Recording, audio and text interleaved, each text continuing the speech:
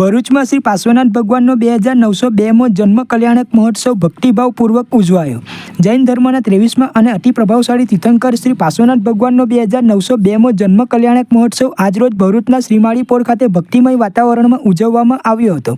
જૈન ધર્મમાં જન્મ, દીક્ષા, કેવળ જ્ઞાન વગેરે દિવસોને કલ્યાણક દિવસ તરીકે ઉજવવામાં આવે છે. પાર્શ્વનાથ ભગવાનનો જન્મ વારાણસીના રાજા અશ્વસેન અને માતા વામાદેવીના આંગણે થયો હતો. તેમના નામકરણ પાછળ એવી ઘટના છે કે માતાના ગર્ભકાળ દરમિયાન બાજુમાંથી એટલે કે પાર્શ્વમાંથી પસાર થતા સર્પને તેમણે જોયો, પરંતુ પ્રભુના પ્રભાવે તે શાંત રહ્યો. પ્રભુ પાર્શ્વનાથના ઉપદેશમાં દયા, દાન, શીલ અને તપનું ઉત્કૃષ્ટ પાલન કરવાનો મુખ્ય સંદેશ છે. તેઓએ કમતના યજ્ઞમાંથી વળતા સાપને બચાવીને તેને નમસ્કાર મહામંત્રનું સ્મરણ કરાવ્યું, જે સાપ મૃત્યુ પામી ધર્મેન્દ્ર દેવ બન્યો અને પ્રભુનો ભક્ત બની ગયો. અંતે સંયમ જીવનની સાધના કરી પ્રભુ સમ્મેત શિખર ખાતે નિર્વાણ પામ્યા હતા. શ્રીમાળી પોળ ખાતે યોજાયેલા આ મહોત્સવમાં મોટી સંખ્યામાં જૈન શ્રાવક શ્રાવિકાઓએ ઉત્સાહભેર હાજરી આપી હતી. શ્રદ્ધાળુઓએ ભગવાન પાર્શ્વનાથનું પૂજન, અર્ચન, દર્શન અને આરતી કરીને પોતાના જીવનને ધન્ય બનાવ્યું હતું. આજે પણ શંખેશ્વર, જીરાવાડા જેવા 108 પ્રભાવક તીર્થો પ્રભુ પાર્શ્વનાથના નામે પ્રસિદ્ધ છે.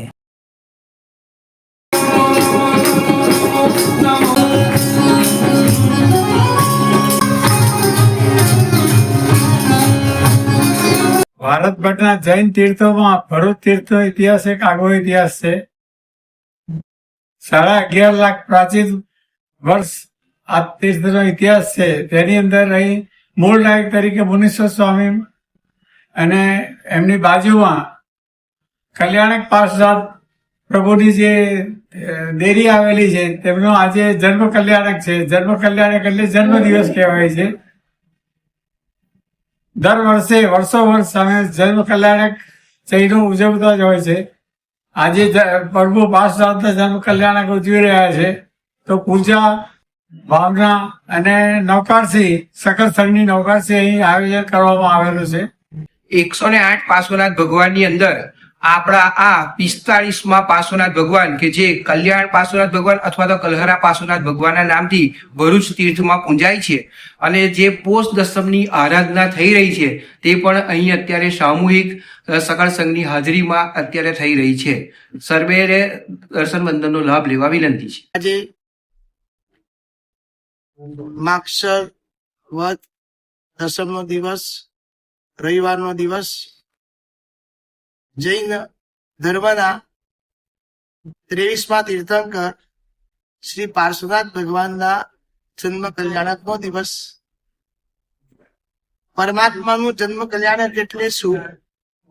નારકા અપી મોદન્તે યસ્ય કલ્યાણમ પર્વસુ પવિત્રમ તસ્ય ચારિત્રમ કોવા વર્ણયિતું ક્ષમા. જેઓના પવિત્ર એવા કલ્યાણકના દિવસે નારકના જીવો પણ નરકમાં સુખ પામે છે. જો નરકના જીવો પણ સુખ પામતા હોય તો 3 જગતના જીવો તો કેવી આનંદની અનુભૂતિ કરે. પરમાત્માનું કલ્યાણક એટલે કલ્યાણ કરનારું કલ્યાણક કહેવાય.